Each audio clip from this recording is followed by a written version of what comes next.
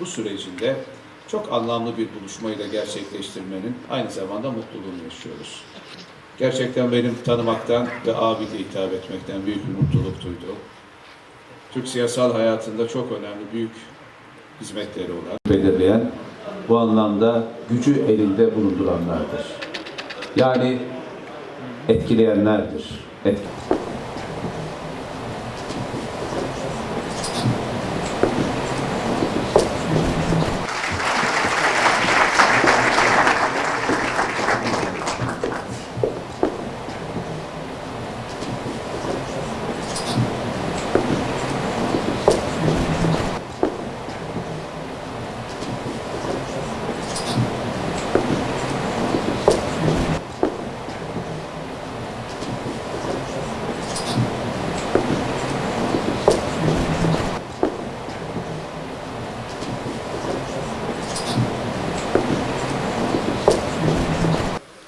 Üniversitemiz gerçekten Türkiye'de bu tür etkinlikleri yapan, en çok etkinlik yapan üniversitelerin başındadır diyebilirim.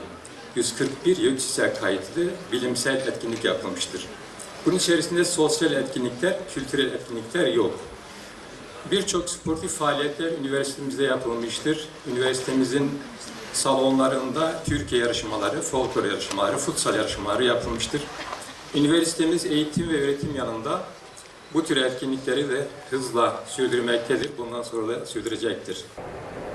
Üniversite sadece bilimin öğretildiği değil, aynı zamanda bilimsel bilginin hayata ve hayatla birlikte gelişmeye taşındığı, bir anlamda değer yaratan, çevresini kalkındıran ve geliştiren bir merkez konumunu işaret eder.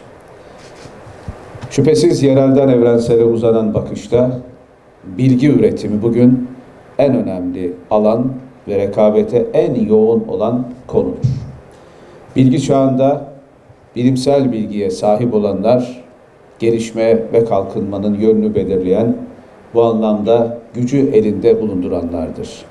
Özellikle yeni kurulan İl Yenilikçilik Platformu'ndan başlayarak Teknopark, Agropark gibi bilimin üretime konu olması ve özellikle bilime dayalı gelişmenin planlanmasında tartışmasız bölgenin merkezi olan Diyarbakır, inşallah bu süreçte Türkiye'nin de geleceğe taşıyıcı merkezlerinden biri olacaktır.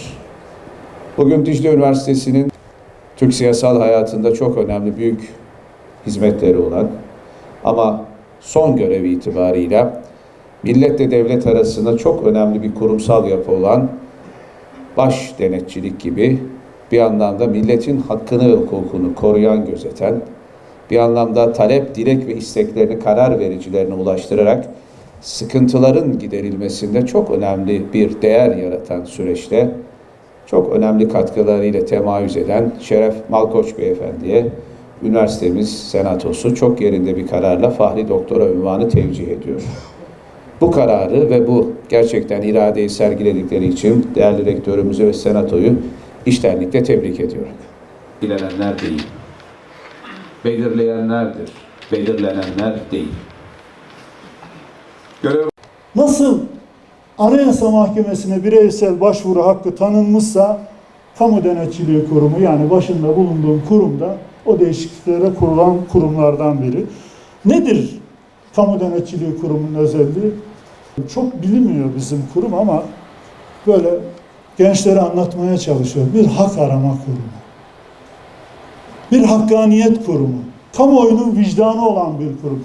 İdarenin her türlü eylem ve işlemleriyle tutum ve davranışlarını inceleyen, denetleyen bir kurum.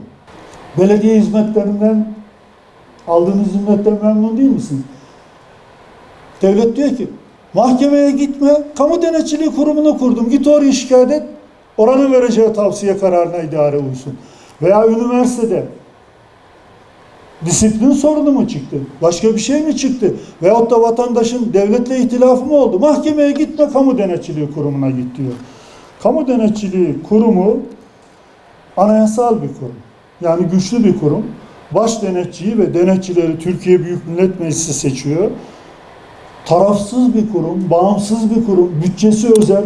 Bunu korumak bizim haysiyetimizdir.